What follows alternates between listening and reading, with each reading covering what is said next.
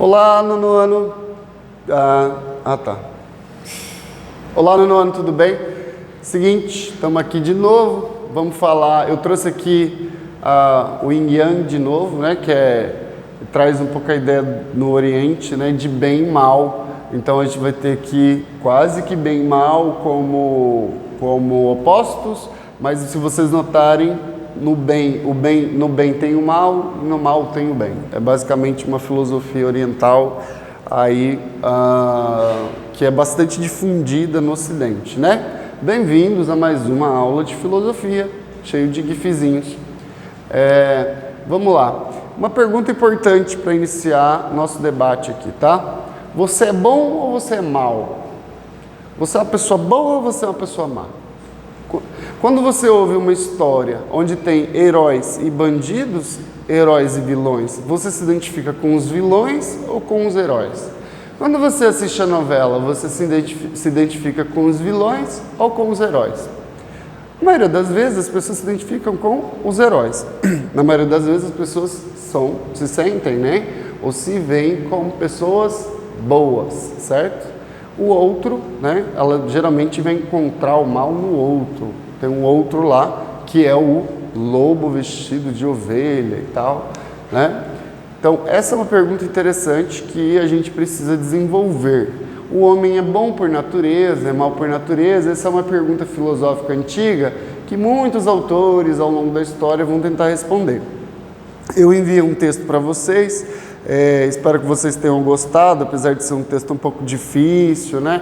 Um pouco complicado, mas e também um pouco triste, quer dizer, não é um texto feliz, não é um texto palatável, um texto um pouquinho difícil de engolir, mas esse autor, que é o David Foster Wallace, né? Alguns de vocês deram uma pesquisada na vida dele, viram que não teve uma vida assim bonita, mas ele traz uma ideia sobre a natureza humana, né? Segundo ele, a gente vai ter uma ideia de configuração padrão, né? O que é uma configuração padrão? Uma espécie de natureza. A ideia de configuração padrão é basicamente uma maneira mais atualizada de falar sobre a natureza humana, né? Configuração, quando a gente fala de equipamentos eletrônicos, é isso, aquela configuração que vem da fábrica, certo? Então, é o mesmo que dizer natureza humana. O que é configuração padrão? Basicamente isso. Lembra que a gente trabalhou a ideia da rosa dos ventos, né? Então, qual que é a ideia da configuração padrão? Nós somos, basicamente, o centro do mundo. Por quê? Porque nós compreendemos, desde que nascemos, o mundo a partir de nós mesmos, tá? O norte, o sul, o leste, o oeste, a noção de horizonte, todas essas coisas são a partir de nós, do nosso ponto de vista. Então não tem como a gente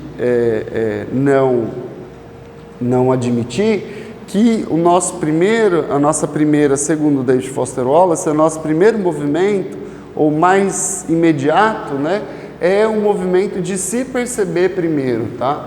E os sentimentos? Quais são os sentimentos mais imediatos que eu sinto? Os meus. Quais são os pensamentos mais imediatos que eu tenho? Os meus. Quais são as coisas que eu compreendo com mais facilidade? As coisas que são minhas. Quem eu perdoo com mais facilidade? Eu, os meus erros, né? Com quem eu sou mais compreensivo? Comigo. Quem eu compreendo, por exemplo, a fome, né? Que fome eu acho mais importante de ser sanada, né? Ou qual tristeza eu acho mais triste? A minha. Então, no geral, segundo David Foster Wallace, isso tem a ver com isso, com o fato de o centro do mundo estar, né, pontuado, né, pelo nosso ponto de existência, pelo nosso ponto de vista, pelo nosso lugar no mundo, e é isso que ele vai chamar de configuração padrão. Então, e ele vai está pensando assim, como é que eu faço para sair disso? Porque assim, no geral, não é legal ser egoísta, né? Assim, socialmente, todo mundo fala isso. Tá todo dia dizendo, gente, não pode ser egoísta, tem que ser legal, tem que ter empatia, tem que ouvir o outro, tem que ser solidário, não é? Vocês não escutam isso todo dia? Então, como é que a gente faz para se libertar, se livrar disso, tá?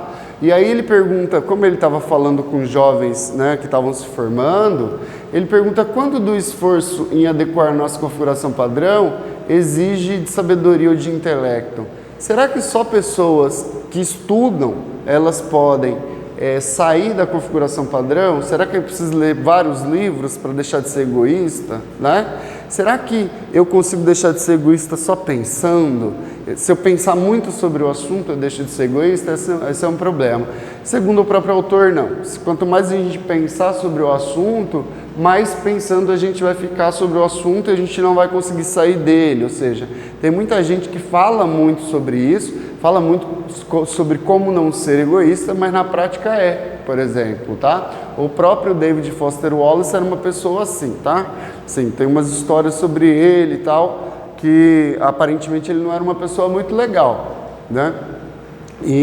Mas era um cara que tentava escrever sobre isso, sobre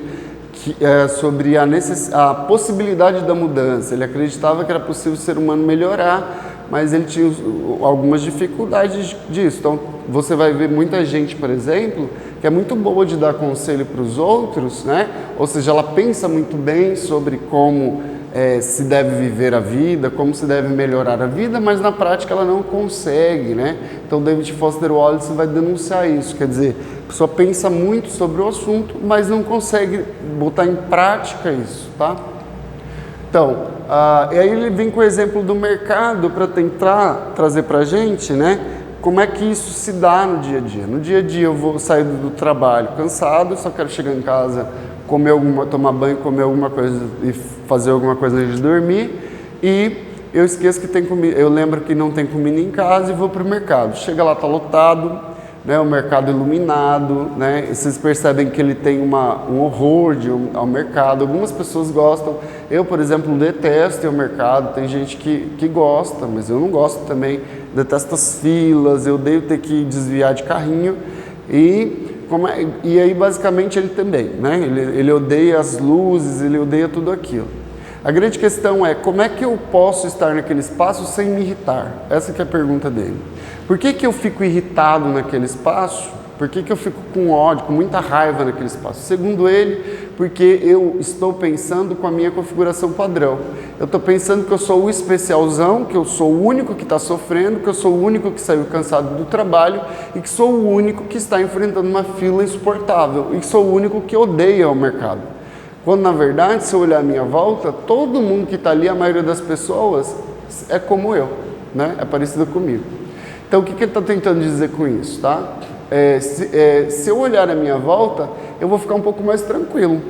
É estranho, né? É estranho porque, assim, o que ele vai dizer é, se eu olhar à minha volta e perceber que está todo mundo cansado, todo mundo angustiado, todo mundo não tem uma vida tão boa quanto a minha, quer dizer, se eu olhar para todo mundo dessa maneira, eu ter esse tipo de empatia, eu vou ter uma vida mais tranquila, né? Isso para ele é uma espécie de solidariedade, quer dizer, ele não é um cara muito otimista em relação ao mundo, mas ele é otimista em relação à nossa capacidade de ser solidário, de ser empático, né? Ou seja, de ser sensível em relação às dores e à existência do outro. Isso é bastante importante. Então, por exemplo, a Caixa, né? Ele dá o exemplo da Caixa, né? A Caixa de repente atrasou ali as suas compras, você fica irritado com ela. Para e pensa que ela deve ter uma vida difícil, já passou horas ali trabalhando, pode ser que tenha uma vida complicada em casa, tá? Aí ele diz assim, bom, você saiu dali e ficou pensando sobre a vida dos outros, né? Pensando quão difícil é a vida delas, pode ser que seja verdade, pode não ser, e aí ele entra na ideia do venerar, né? Da religiosidade, dá uma viajada nisso aí. Mas a grande questão é que ele vai dizer escolher como pensar. Porque assim, a gente quando olha para o outro, a gente imagina várias coisas, mas a gente pode escolher como pensar, pode escolher o que imaginar, né? E nessa de escolher como pensar, a gente pode escolher sair da configuração padrão, né? Ou seja, deixar de pensar de maneira egoísta e pensar no outro, né? Pensar conscientemente nas pessoas, pensar conscientemente que a gente é coletivo, vive em coletividade e que vive com pessoas semelhantes, né? Que tem uma vida semelhante, né? E basicamente é isso que ele vai dizer, escolher como pensar nesse sentido. Então, escolher como pensar é deixar de pensar de maneira egoísta, né? Pensar de maneira mais coletiva sempre. E vários autores da filosofia também pensam assim, a gente vai ver alguns nas próximas aulas. E aí ele vai falar um pouco sobre essa coisa de venerar. Quer dizer, para ele tudo é, em certo sentido, uma espécie de religião, né? Então, e a maioria das religiosidades, elas são egoístas. Quando as pessoas veneram a beleza, é egoísta. Quando elas veneram dinheiro, é egoísta. Quando elas veneram uma série de coisas, são sentimentos egoístas. E a sociedade toda, o mundo todo, te encoraja a ser egoísta, tá? Todo mundo quer que você seja o rei do camarote, todo mundo quer que você seja VIP. O que é VIP? É o Very Important Personal, né?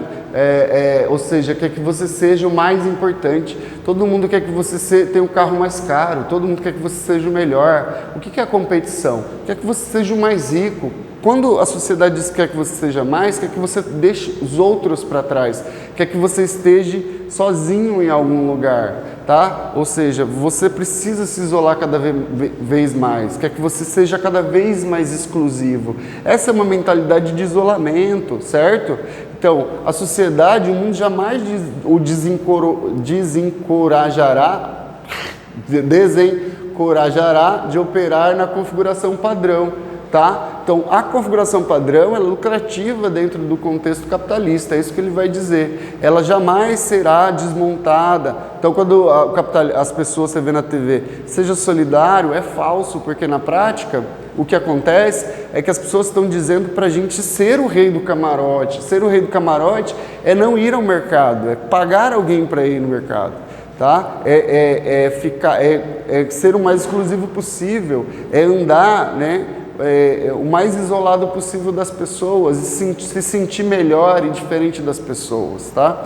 É isso que ele vai dizer e eu acho que essa é a parte mais importante. A gente, para sair da configuração padrão, precisa desconfigurar isso aqui, essa mensagem que a cultura e a sociedade nos manda, tá? Todos os dias. E ele vai dizer uma frase bastante bonita que eu achei, né? E aí eu trouxe para vocês, que a sociedade, a cultura, ela nos dá a liberdade de sermos senhores de minúsculos reinados individuais do tamanho de nossas caveiras, onde reinamos sozinhos, ok? A verdadeira liberdade, segundo ele, envolve atenção, consciência, disciplina, esforço e capacidade de efetivamente se importar com os outros, no cotidiano, de forma trivial, ou seja, banal, cotidiana, talvez medíocre e certamente pouco excitante. Essa é a liberdade real. A alternativa é a torturante sensação de ter tido e perdido alguma coisa infinita, tá? Isso aqui é para ele a verdadeira liberdade. A liberdade não é ser o rei do camarote, a liberdade não é ser o VIP, não é ser o cara importante, etc. A liberdade é a gente conseguir ser legal, ter consciência, disciplina, esforço, capacidade, né, no cotidiano de ser solidário com o outro, ter empatia com o outro, no cotidiano trivial, mais banal, tá? E é isso que ele vai chamar de a verdadeira liberdade. E a gente pode escolher isso, tá? É isso que ele quer dizer. Falou? Muito obrigado, até mais.